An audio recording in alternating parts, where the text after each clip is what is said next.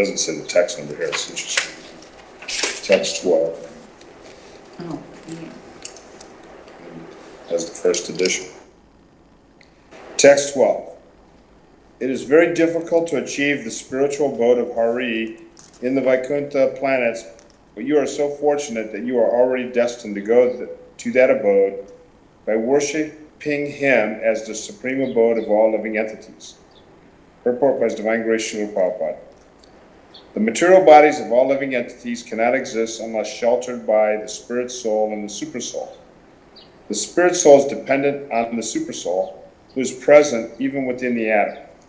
Therefore, since anything material or spiritual is completely dependent on the Supreme Lord, the Supreme Lord is referred to here as Uttavasa. Dhruva Mahārāja, as a Kshatriya, could have argued with his grandfather Manu when Manu requested him to stop fighting. But even though Dhruva could have argued that as a Kshatriya it was his duty to fight the enemy, still he was informed that since every living entity is a residence of the Supreme Lord and can be considered a temple of the Lord, the unnecessary killing of any living entity is not permitted. Maybe that was text 11, actually. Yeah, now text 12.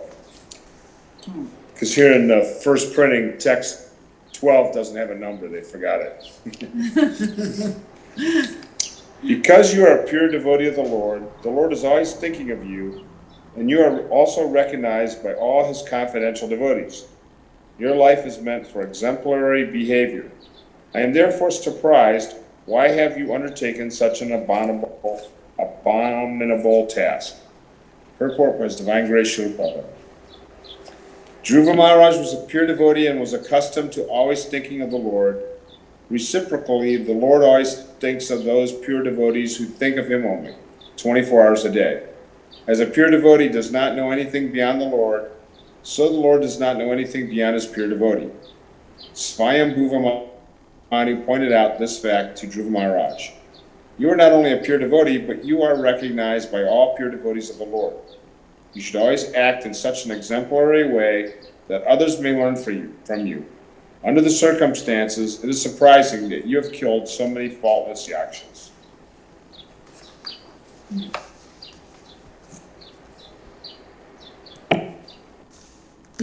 Text 13.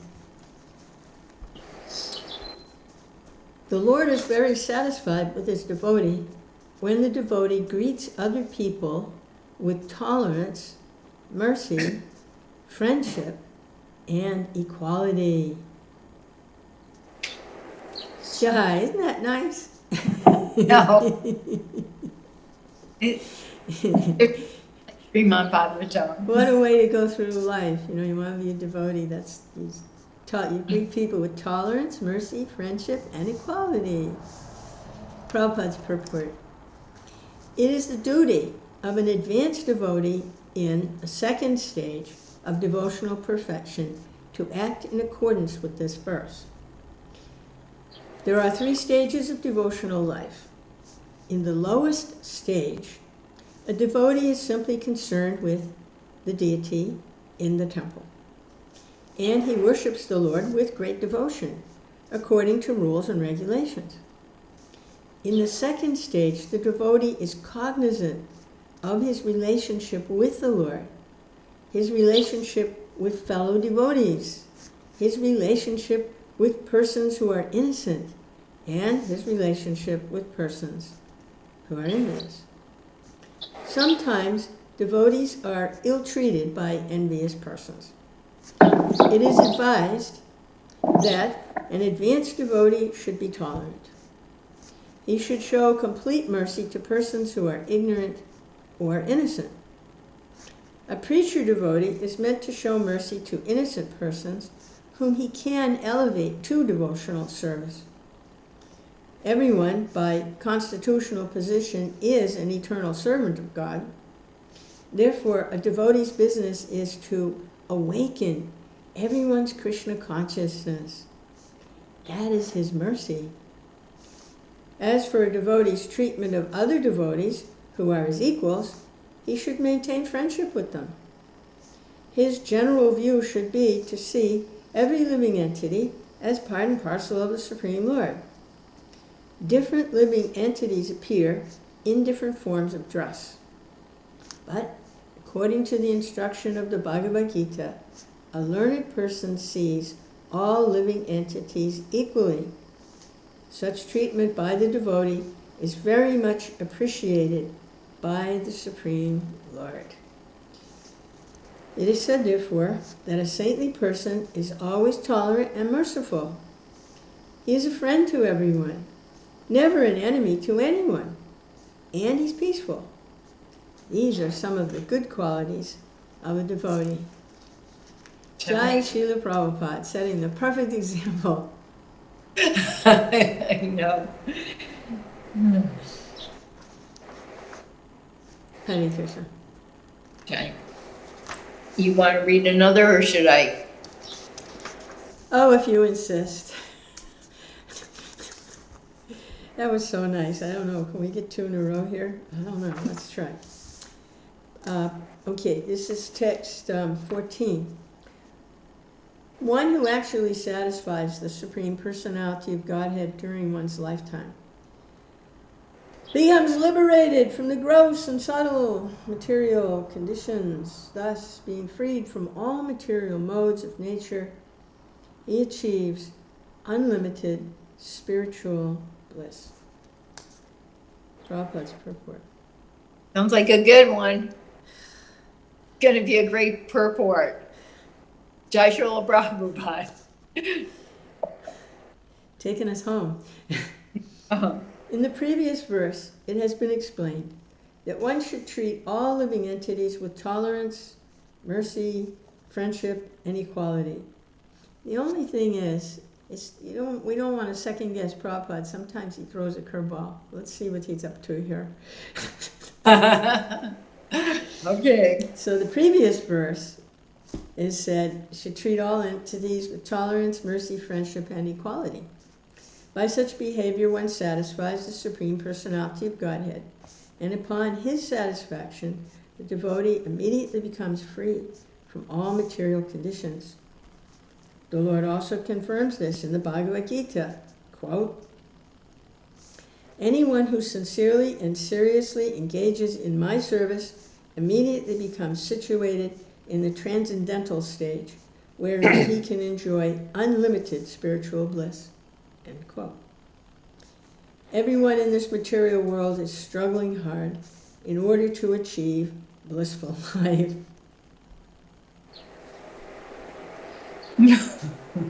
Struggling hard to achieve. It's like the donkey with the carrot, you know, struggling hard to achieve. Hare Krishna. Unfortunately, people do not know how to achieve it. Atheists do not believe in God, and certainly they do not please him. Here it is clearly said that upon pleasing the Supreme Personality of Godhead, one immediately attains to the spiritual platform and enjoys unlimited blissful life. To become free from material existence means to become free from the influence of material nature. The word samprasane, which is used in this verse, means being satisfied. A person should act in such a way that the Lord is satisfied by the activity. It is not that he himself is to be satisfied. I want to read that again. I need to hear that again. Okay. A person should act in such a way that the Lord is satisfied by the activity. It is not that he himself is to be satisfied. Of course, when the Lord is satisfied, the devotee automatically becomes satisfied. This is the secret of the process of Bhakti Yoga. Outside of Bhakti Yoga, everyone is trying to satisfy himself. No one's trying to satisfy the Lord. Karmis grossly try to satisfy their senses. But even those who are elevated to the platform of knowledge also try to satisfy themselves in a subtle form.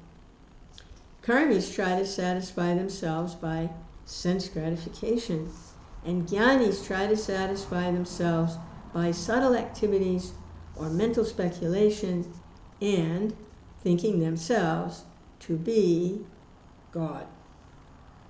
Yogis also try to satisfy themselves by thinking that they can achieve different mystic perfections, but only devotees try to satisfy the Supreme Personality of Godhead. The devotees' process of self-realization is completely different from the process of the karmis, jnanis, and yogis. Wow, what an important point that is. Because we hear karma yoga, jnana yoga, what's the other one? Whatever. Yeah. But bhakti yoga is the highest form of yoga. It's not just the highest form of yoga, it's a completely different form of yoga. Mm-hmm. In these other forms, Prabhupada is explaining, they're doing this because they want something for themselves. Right. Not, yeah. Yeah, they want to improve their health, Like the karma. lose weight, Gratification. Money. Regain their waning sexual powers. That's a big yoga reason they go. The karma yoga, you offer that you work, but it's not really for pleasing Krishna, it's making an offering, which is okay, it's acceptable, it's on, at least you acknowledge that there is God, that you're part of God and you're working for God. But not actually, like bhakti yoga, actually pleasing the senses of the Lord, offering flowers and incense and singing and relating to him like he's actually a person. Someone that you actually love. Yeah. Well, Prabhupada wrote the consciousness because you've got yoga, which is the system. They have all these different systems, and then there's the yogi. He practices the systems of yoga. Prabhupada says the ultimate goal of yoga is the ultimate purpose is to please Krishna. So therefore you can conclude that Krishna consciousness is the topmost yoga system.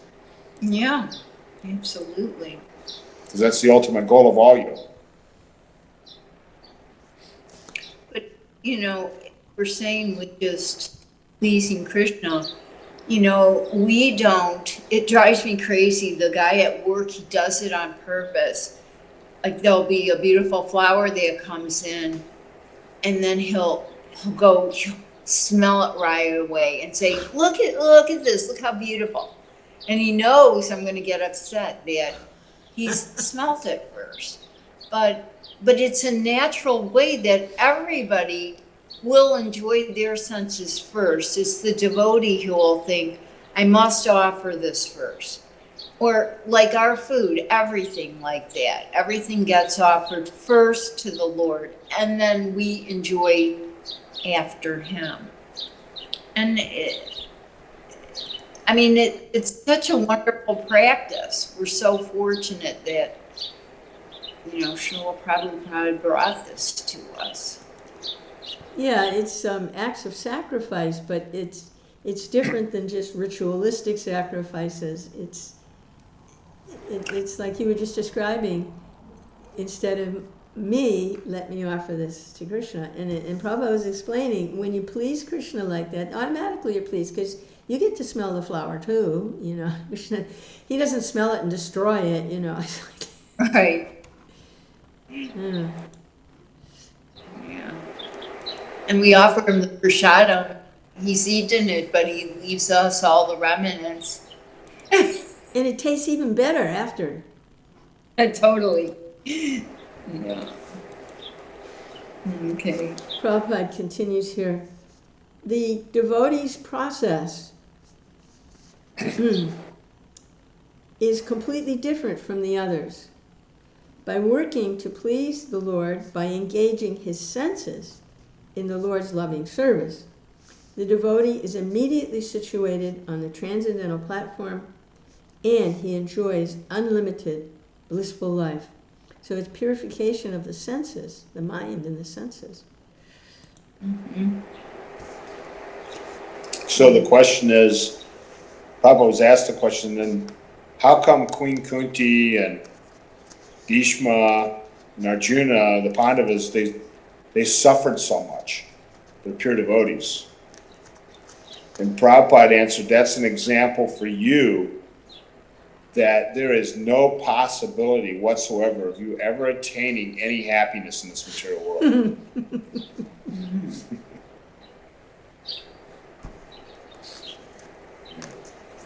It's completely impossible. Yeah. Well, at work, when, like, Michael or whoever, they'll say, like there's always, why are there problems, or why this? And it's just simple. We're in this material world. Things aren't meant to be perfect here. Yeah, it's called birth, death, old age, and disease. Yeah. So even the pure devotees aren't they're suffering too in the material world. They're not suffering. They're doing it for Krishna Leela. This Ramayan, I don't know if anybody's suffering more than Sita and Ram, because he appeared as a human being, and what's happening? It's nothing but suffering. It's nothing but suffering. They're doing their duties, but it's just awful, because he's appearing as a human, and that's. And they're like, but it's different in a way, and it's transcendental. Like actors on a stage, we may believe that, they're a family, that are having some act on the play on the stage, but they're actually not family. They go off the stage, they're a different type of individual altogether. So Krishna's performing, and Rama's performing this Leela for our benefit. Yeah. Such. Then we have Prabhupada, and Prabhupada's, Prabhupada's giving us the behind the scenes, backstage information on the whole thing. He's backstage saying, okay, because now we know because of Srila Prabhupada that Bhishma wasn't fighting Krishna on the battlefield, and that those arrows were that Arjuna was shooting were like lovers' kisses. And Prabhupada made it like that because there's no Krishna. Everything comes from Krishna. The propensity for fighting comes from him too. And sometimes he wants to enjoy that propensity, but that propensity isn't acted out in the spiritual world. So he comes down here and he brings his devotees with him so he can have a good fight.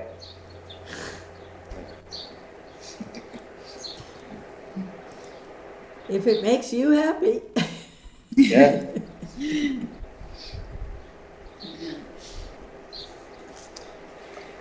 Well, next one here is this text 15.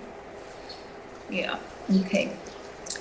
The creation of the material world begins with the 5 elements, and thus everything, including the body of a man or a woman, is created of the 5 elements. By the sexual life of a man and a woman, the number of men and women in this material world is further increased. Purport by Srila Prabhupada. When Svāyambhuva Manu saw that Dhruva Mahārāja understood the philosophy of Vaishnavism, and yet was still dissatisfied because of his brother's death, he gave him an explanation of how this material body is created by the 5 elements of material nature. In the Bhagavad Gita, it is also confirmed, Prakriti Kriyamanani. Everything is created, maintained, and annihilated by the material modes of nature. In the background, of course, there is the direction of the Supreme Personality of Godhead. This is also confirmed in the Bhagavad Gita, Maya Dakshina. In the 9th chapter, Krishna says, under my superintendence, material nature is acting. Svāyambhuva Manu wanted to impress on Dhruva Mahārāja that the death of the material body of his brother was not actually the yaksha's fault. It was an action of the material nature. The Supreme Personality of Godhead has immense varieties of potencies, and they act in different gross and subtle ways. It is by such powerful potencies that the universe is created, although grossly it appears to be no more than the 5 elements: earth, water, fire, air, and ether. Similarly, the bodies of all species of living entities, whether human beings or demigods, animals or birds, are also created by the same 5 elements, and by sexual union, they expand into more and more living entities. That is the way of creation, maintenance, and annihilation. One should not be disturbed by the waves of material nature in this process. Dhruva Mahārāja was indirectly advised not to be afflicted by the death of his brother, because our relationship with the body is completely material. The real self, spirit soul, is never annihilated or killed by anyone. Sorry. Now I've got a question here. Dhruva Mahārāja was such an elevated devotee. Did he know this already, but he just forgot? Yeah, I'm sort of thinking the same thing. It's like, Dhruva Mahārāja, how is this going on with him? You know that? Oh, we got to keep reading. Oh, Yeah. I know. Well, I know the next chapter, we have a way to go, but the next chapter, he's going back to Godhead. You know, maybe it's something like Arjuna. You know, he was a great devotee of the Lord, but Krishna still had to speak, 18 chapters of Bhagavad Gita.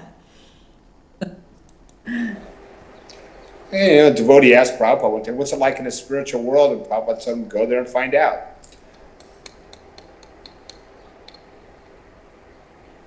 I think we're going to find out here, like in these next verses, what's going on with this. But he's a king. He is doing his Kshatriya duty.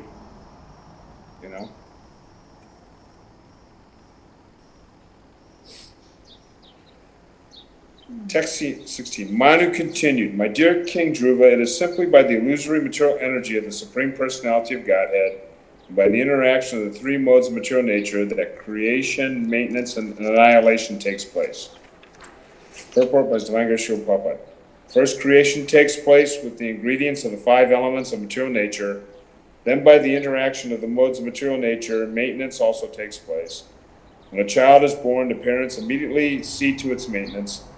This tendency for maintenance of offspring is present not only in human society, but in animal society as well. Even tigers care for their cubs, although their propensity is to eat other animals.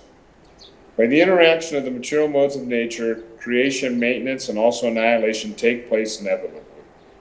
But at the same time, we should know that all is conducted under the superintendence of the Supreme Personality of Godhead. Everything is going on under that process. Creation is the action of the Rajagun, the mode of passion. Maintenance is the action of Sattvagun, the mode of goodness. And annihilation is the action of Tamagun, the mode of ignorance.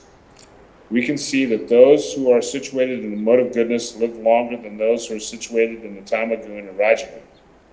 In other words, if one is elevated to the mode of goodness, he is elevated to a higher planetary system where the duration of life is very great.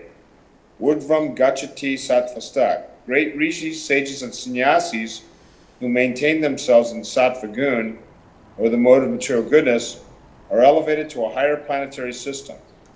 Those who are transcendental even to the material modes of nature are situated in the mode of pure goodness. They attain eternal life in the spiritual world.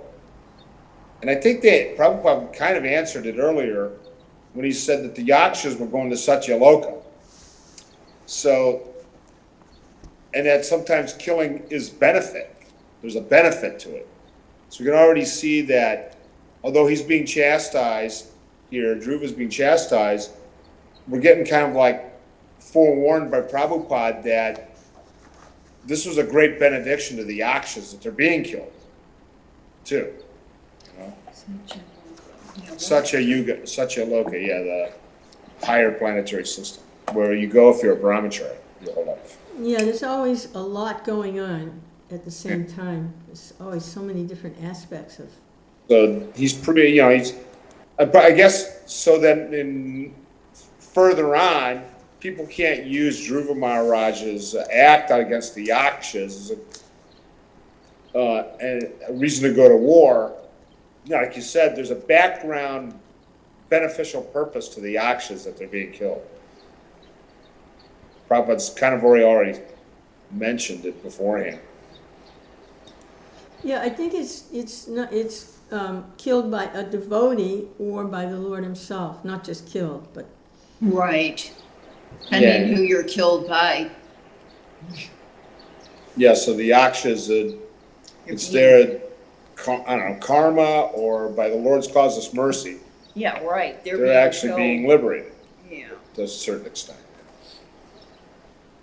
We'll find out. Yeah, hoping we will. It's your turn.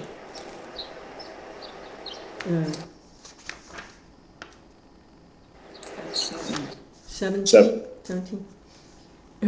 So this is Svāyambhuva Manu continues. My dear Dhruva, the Supreme Personality of Godhead is uncontaminated by the material modes of nature. He is the remote cause of the creation of this material cosmic manifestation.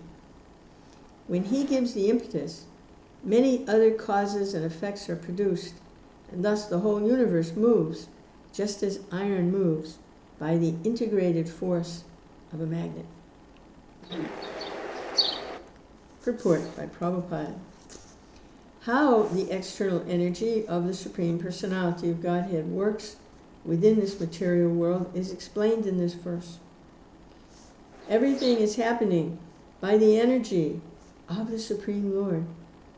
The atheistic philosophers who do not agree to accept the Supreme Personality of Godhead as the original cause of creation think that the material world moves by action and reaction of different material elements.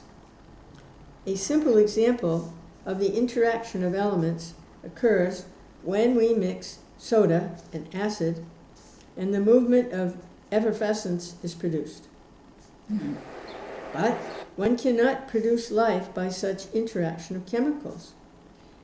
There are 8,400,000 different species of life with different wishes and different actions. How the material force is working cannot be explained just on the basis of chemical reaction. A suitable example in this connection is that of the potter and the potter's wheel. The potter's wheel rotates, and several varieties of earthen pots come out. There are many causes for the earthen pots, but the original cause is the potter, who sets a force on the wheel. That force comes by his superintendent. The same idea is explained in Bhagavad Gita. Behind all material action and reaction, there is Krishna, the Supreme Personality of Godhead. Krishna says that everything depends on his energy, and yet he is not everywhere. The pot is produced under certain conditions of action and reaction of material energy, but the potter is not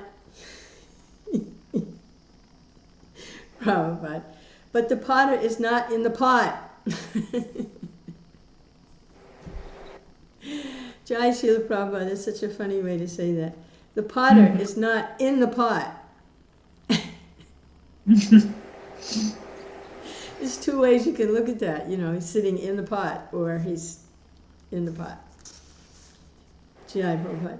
In a similar way, the material creation is set up by the Lord, but he remains aloof. As stated in the Vedas, he simply glanced over it, and the agitation of matter immediately began. Oh, Krishna. In Bhagavad Gita, it is also said that the Lord impregnates the material energy with the part and parcel jivas, and thus the different forms and different activities immediately ensue. Because of the different desires and karmic activities of the jiva soul, different types of bodies in different species are produced.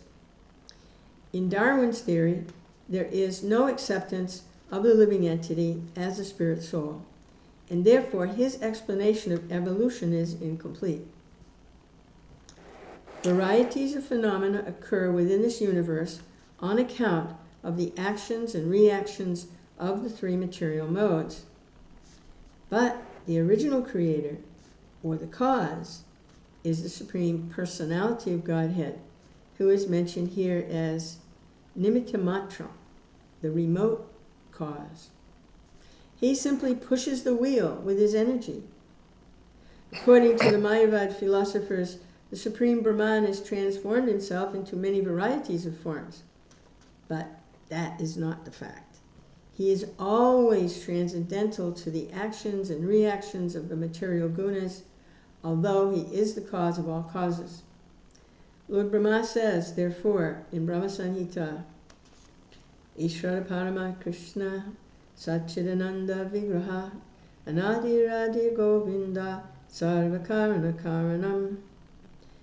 There are many causes and effects, but the original cause is Shri Krishna. Jai Srila Prabhupada.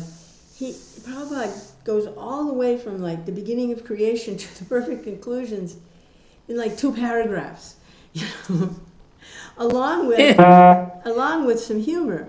And that is the funniest thing I've seen. The potter is not in the pot. No. That's funny. You can use that one on Sankirtan. Yeah. Oh, God. Sure, God created the world. Potter doesn't sit in the pot. Yeah, that's great. You can do a painting. The potter doesn't sit in the pot. That'd make a great meme. Yeah. Yeah. You could do a play. Yeah. Yeah. I think we're going to see one. It'd be right up there with the boatman for sure. Yeah. It'd be, you know, just like what's the one, Liquid Beauty, and the scholar and the boatman, and the potter. What are other ones? Bird in the cage. Bird in the cage. Yeah, Bird in the Cage. They don't do those anymore. No, they do Bhatyam dancing. Nobody, who knows what that is? You got to read the mudras. Nobody knows what that means. You're telling this, you know, Krishna Leela or Mahabharata by the mudras. Yeah, Liquid Beauty probably is more effective. Yeah. Yeah, they should be doing those. We have a video where we did one in New York. The little boy played the scholar. No, it was anyway, he was in it, but Which one did we do? we did the scholar and the boatman. With, Right, Scholar in the Boat, man. Yeah. Probably for a community that's more actively engaged in outreach, you know, it has an open house on Sunday. Yeah. Probably everyone here is probably too sophisticated for all of that. Yeah, yeah, you gotta.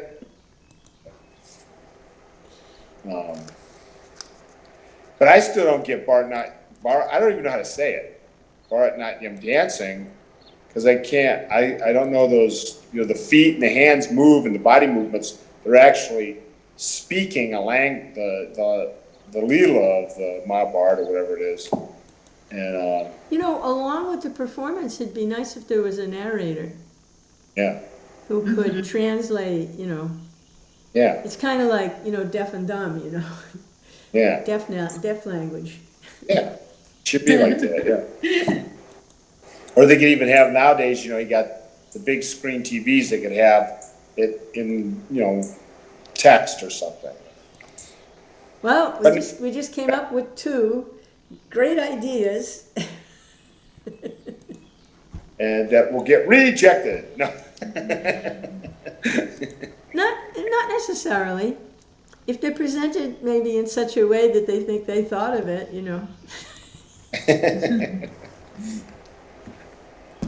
I will give you this $2,000 donation if you'll do it.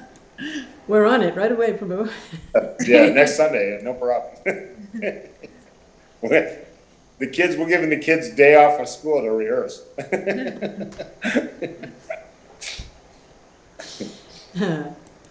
Hare Krishna.